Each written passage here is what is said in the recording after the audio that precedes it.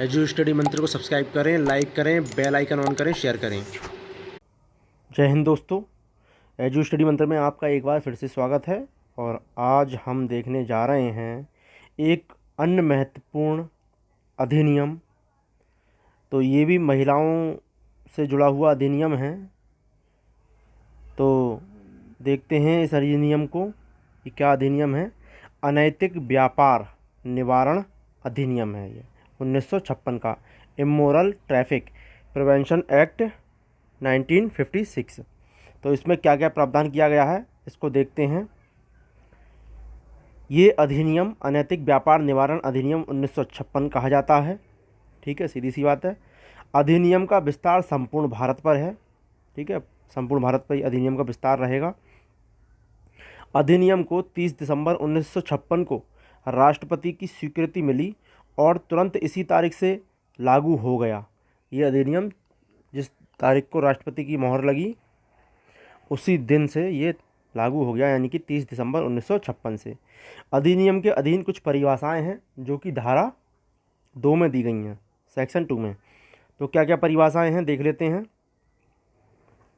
सबसे पहले जो परिभाषा है वो है वेश्यागृह, ब्रोथेल। तो वेश्यागृह के अंतर्गत कोई घर, कमरा, सवारी या स्थान अथवा इसका कोई भाग अभिप्रेत है। इसका प्रयोग अन्य व्यक्ति के लाभ के लिए अथवा दो या अधिक वेश्याओं के पारस्परिक लाभ के लिए, लैंगिक शोषण या दुरुपयोग के प्रयोजनों के लिए किया जाता है। वेश्यागृह से ये परिभाषा संबंधित है कि वेश्यागृह किसे कहते हैं। ठीक है, अगला इसमें एक परिभाषा दी गई है बालक। तो बालक से तात्पर्य ऐसे व्यक्ति से है जिसने 16 वर्ष की आयु पूरी नहीं की है। यहाँ बालक से मतलब बालक एवं बालिका दोनों से है। ठीक है, 16 वर्ष की आयु पूरी नहीं की हो। अगर 16 वर्ष की आयु पूरी कर ली है तो वो बालक नहीं कहलाएगा। आगे देखते हैं सुधार संस्था, करेक्टिव इंस्टीट्यूशन क्या है। सुधार संस्था से तात्पर्य ऐसी संस्था से है जिसमें ऐसे व्यक्तियों को निरुद्ध रखा जाता है जिसे सुधारने की आवश्यकता है। ठीक है, इसके अंतर्गत वह आश्रय भी है जहाँ विचारणीय व्यक्तियों को रखा जाता है। तो सुधार गृह किसे कहते हैं। ठीक है, आगे देखते हैं वयस्क किसे कहेंगे। वयस्क से तात्पर्य ऐसे व्यक्ति से है जिसने 18 वर्ष की आयु पूरी कर ली है। ठीक है, और बालक से तात्पर्य था 16 वर्ष की आयु पूरी नहीं की हो उसने। अवयस्क कौन है। अवयस्क से तात्पर्य ऐसे व्यक्ति से है जिसने 16 वर्ष की आयु पूरी कर ली है किंतु 18 वर्ष की आयु पूरी नहीं की है। ठीक है, तो वो कहलाएगा अवयस्क, यानी कि बालक में और वयस्क में के बीच की जो कड़ी है तो वो अवयस्क की कहलाती है। आगे देखते हैं क्या है वेश्यावृत्ति, प्रोस्टिट्यूशन। वेश्यावृत्ति से व्यक्तियों का वाणिज्यिक प्रयोजनों के लिए लैंगिक शोषण या दुरुपयोग तात्पर्य है। मतलब पैसे की इच्छा के लिए या मजबूरी या कह लो कुछ भी, तो उस तरीके से एक औरत अगर वेश्यावृत्ति करती है तो वाणिज्यिक प्रयोजन के लिए लैंगिक शोषण का दुरुपयोग। ठीक है, ये वेश्यावृत्ति कहलाती है। आगे संरक्षा गृह, प्रोटेक्टिव होम। संरक्षा गृह ऐसी संस्था है जिसमें अधिनियम के अधीन ऐसे व्यक्तियों को जिनकी देख रेख और संरक्षण की आवश्यकता है रखा जाता है, उसे संरक्षा गृह कहते हैं। आगे क्या परिभाषा दी गई है। सार्वजनिक स्थान यानी कि पब्लिक प्लेस। तो ये सार्वजनिक स्थान से क्या परिभाषित किया गया है इनने। सार्वजनिक स्थान से ऐसा कोई स्थान जाना जाता है जो जनता के प्रयोग के लिए आश्रयित हो या जहाँ तक जनता की पहुँच हो। ठीक है, वो सार्वजनिक स्थान कहलाता है। आगे बढ़ते हैं कोई व्यक्ति जो कोई वेश्यागृह चलाता है या उसका प्रबंध करता है अथवा उसको चलाने या उसके प्रबंध में काम करता है या सहायता करता है, वह प्रथम दोष सिद्धि पर न्यूनतम 1 वर्ष और अधिकतम 3 वर्ष तक कठोर कारावास से तथा 2000 रुपये तक के जुर्माने से दंडित होगा अगर पहली बार ये पकड़ा जाता है तो। द्वितीय या पश्चातवर्ती दोष सिद्धि की दशा में, तो द्वितीय बार अगर दूसरी बार ये पकड़ा जाएगा तो न्यूनतम 2 वर्ष और अधिकतम 5 वर्ष तक का कठोर कारावास। ठीक है, स्ट्रिक्ट जो होगा रिप्रेजेंट, तो वो होगा कठोर कारावास, और 2000 रुपये तक जुर्माने से दंडनीय होगा। ये कौन कहता है? धारा 3 के अंतर्गत ये प्रावधान किया गया है। तो पहली बार में तो 1 वर्ष और 1 वर्ष से 3 वर्ष, और दूसरी बार में 2 वर्ष से 5 वर्ष तक की कठोर कारावास, ठीक है। और जो जुर्माना है वो 2000 रुपये, ये दोनों जगह। आगे देखते हैं। किसी किराएदार, पट्टेदार, अधिभोगी, मालिक या अभिकर्ता द्वारा परिसर या वेश्यागृह हेतु उपयोग करना या अनुज्ञा देना, प्रथम दोष सिद्धि पर 2 वर्ष तक के कारावास तथा 2000 रुपये तक जुर्माने से, तथा द्वितीय या पश्चातवर्ती दोष सिद्धि पर 5 वर्ष तक के कठोर कारावास तथा 2000 रुपये तक के जुर्माने से दंडनीय होगा। मतलब किसी किराएदार या पट्टेदार जो होगा और अपना परिसर जो देगा, ठीक है, वेश्यागृह हेतु उपयोग करने के लिए, तो उसके लिए भी ये सज़ा का प्रावधान दिया गया है, 2 वर्ष तक के कारावास का और 2000 रुपये तक के जुर्माने का, अगर कोई ऐसा व्यक्ति किसी को किराए पर देता है या पट्टेदार, ठीक है, मालिक को।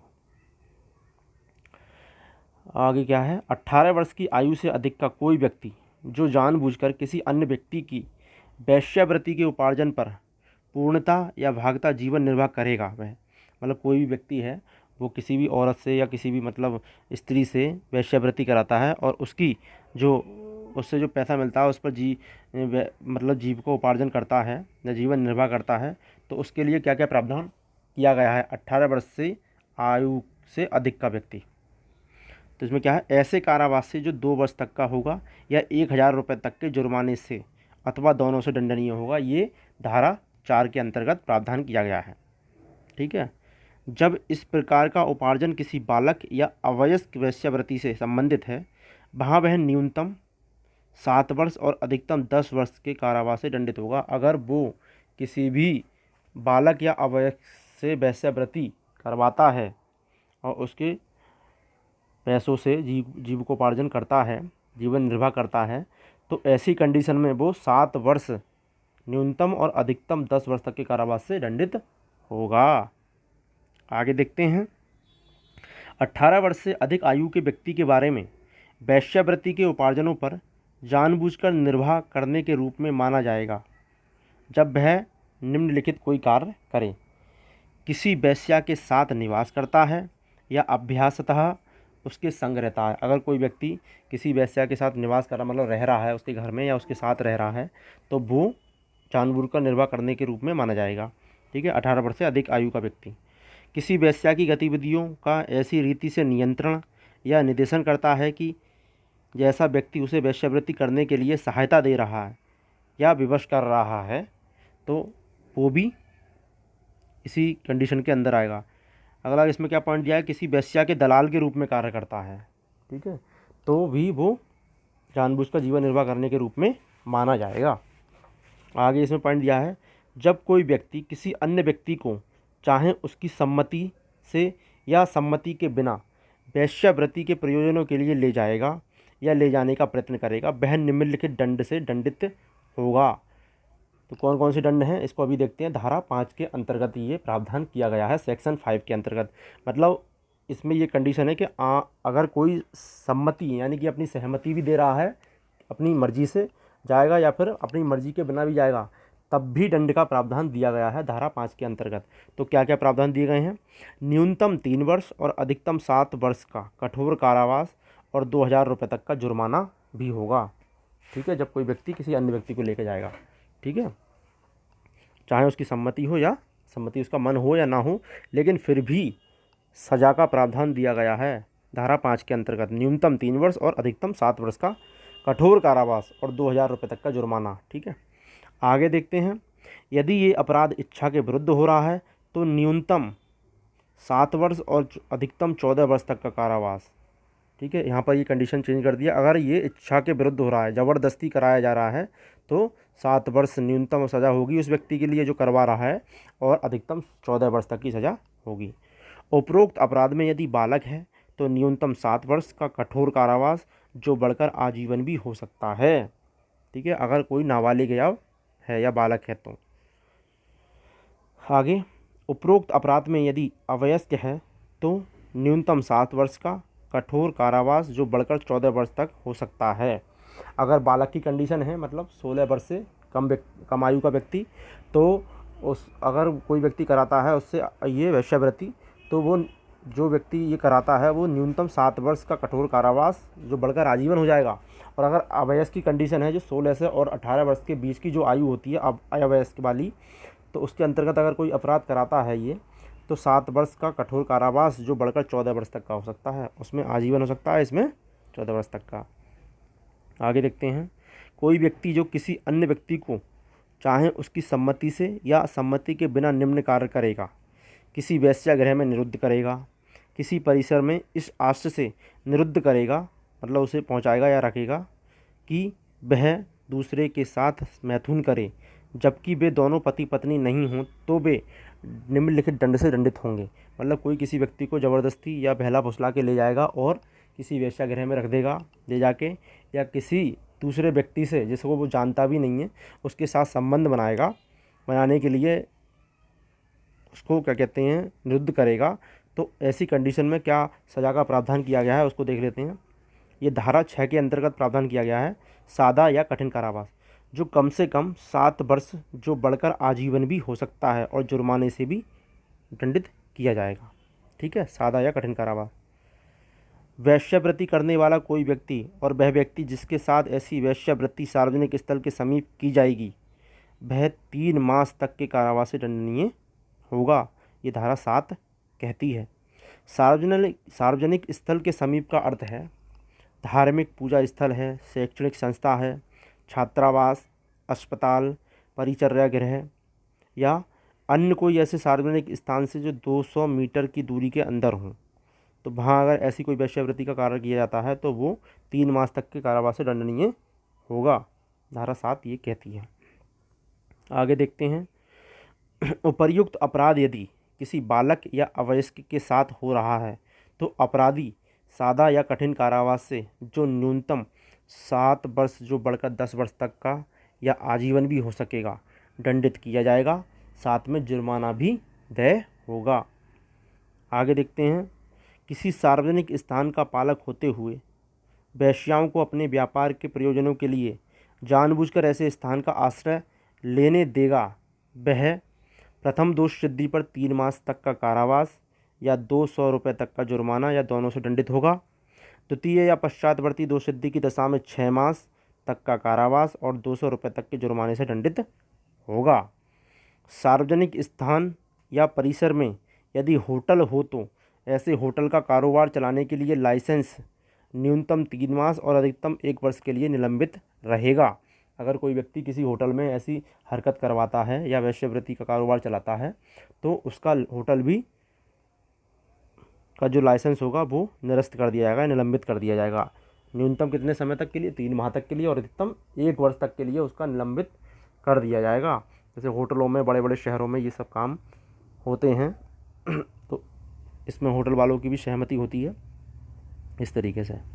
आगे, यदि अपराध किसी होटल में किसी बालक या अवयस्क के साथ होता है तो होटल का लाइसेंस रद्द हो जाएगा। ठीक है, अगर किसी बच्चे के साथ या अवयस्क के साथ होता है तो होटल का लाइसेंस ही रद्द कर दिया जाएगा। ठीक है, आगे देखते हैं, जब कोई किसी सार्वजनिक स्थान पर या किसी सार्वजनिक स्थान से दिखाई देते हुए या ऐसी रीति से जिसमें दिखाई या सुनाई दे निम्न कोई कार्य करे तो उसे अपराधी माना जाएगा। धारा 8 कहती है। ठीक है, कोई शब्द, अंग विक्षेप, अपने शरीर को जानबूझकर दिखाना ताकि किसी व्यक्ति को वेश्यावृत्ति के प्रयोजनों के लिए लुभाया जा सके। ठीक है, धारा ये 8 कहती है, वेश्यावृत्ति के प्रयोजनों के लिए किसी व्यक्ति से याचना करेगा या छेड़छाड़ करेगा अथवा घूमता फिरता रहेगा तो ये धारा 8 के अंतर्गत ये प्रावधान किया गया है। उपर्युक्त अपराध के प्रथम दोष सिद्धि पर 6 मास तक के कारावास से या 500 रुपये तक के जुर्माने से या दोनों से दंडनीय होगा। द्वितीय पश्चातवर्ती दोष सिद्धि की दशा में 1 वर्ष तक के कारावास और 500 रुपये तक के जुर्माने से दंडनीय होगा।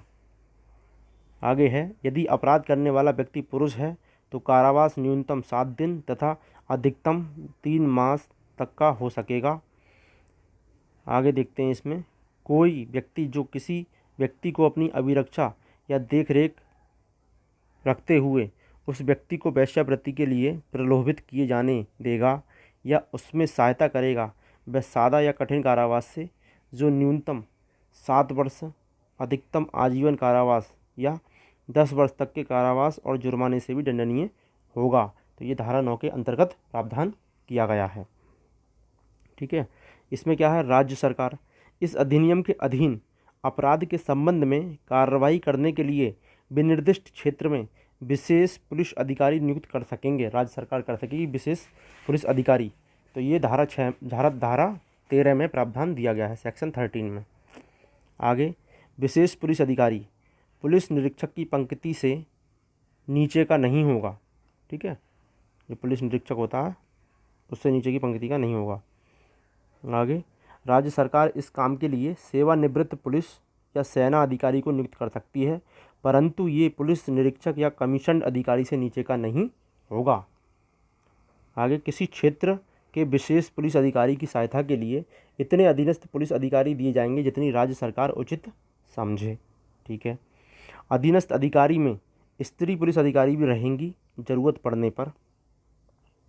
आगे, पुलिस अधिकारी को सलाह देने के लिए एक अशासकीय सलाहकार निकाय रहेगी जो 5 सामाजिक कल्याण कार्यकर्ता से मिलकर बनेगी, जिसमें ज़रूरत रहने पर स्त्री सामाजिक कल्याणकर्ता भी होंगी। इस अधिनियम के अधीन दंडनीय कोई अपराध संज्ञेय अपराध माना जाएगा। धारा 14 के अंतर्गत ये प्रावधान किया गया है। आगे इसमें है, वारंट के बिना गिरफ्तारी केवल विशेष पुलिस अधिकारी द्वारा या उसके निर्देश अथवा उसके पूर्व अनुमोदन के अधीन की जाएगी। धारा 15 ये प्रावधान करती है। ठीक है, और कोई नहीं कर सकता है। जब कभी विशेष पुलिस अधिकारी या दुर्व्यापार पुलिस अधिकारी को यह विश्वास करने के लिए युक्त आधार हो कि किसी परिसर में अपराध हो रहा है या होने वाला है और वारंट लेने में विलम्ब हो जाएगा, तो उस परिसर में वारंट के बिना प्रवेश कर सकेगा या तलाशी ले सकेगा। अगर उसे कोई सूचना मिल जाती है कि किसी जगह पर ऐसा कोई अपराध होने जा रहा है, तो वो तुरंत पहुंच जाएगा और वहाँ वारंट की ज़रूरत नहीं होगी, तलाशी भी ले लेगा। तलाशी लेने का भी अधिकारी दिया गया है। तलाशी करने से पूर्व यथास्थिति विशेष पुलिस अधिकारी या दुर्व्यापार पुलिस अधिकारी तलाशी लेने वाले स्थान से 2 या अधिक प्रतिष्ठित निवासियों, जिनमें से कम एक स्त्री होगी, को हाजिर होने और तलाशी को साक्षित करने के लिए लिखित देगा। मतलब ये मामला ज़रा देखने वाला है कि तलाशी करने से पूर्व यथास्थिति विशेष पुलिस अधिकारी क्या काम करेगा कि दुर्व्यापार पुलिस अधिकारी तलाशी लेने वाले स्थान से 2 या अधिक प्रतिष्ठित निवासियों, जो वहाँ पर आसपास के जो प्रतिष्ठित व्यक्ति हैं, 2 या अधिक, जिनमें से कम एक स्त्री होगी, को हाजिर होने और तलाशी को साक्षित करने के लिए लिखित आदेश देगा। ठीक है, उन्हें लिखित आदेश देगा कि आप इसकी तलाशी लीजिए, वहाँ के प्रतिष्ठित निवासियों को। लेकिन अभी एक केस हुआ था पीछे, राजस्थान उच्च न्यायालय का था, तो उसमें ये जो इसी क्या कहते हैं 2 प्रतिष्ठित निवासियों को लेकर एक मामला आया था, तो उसमें राजस्थान हाई कोर्ट ने कह दिया था कि यहाँ पर ये ज़रूरी नहीं है कि 2 प्रतिष्ठित व्यक्तियों को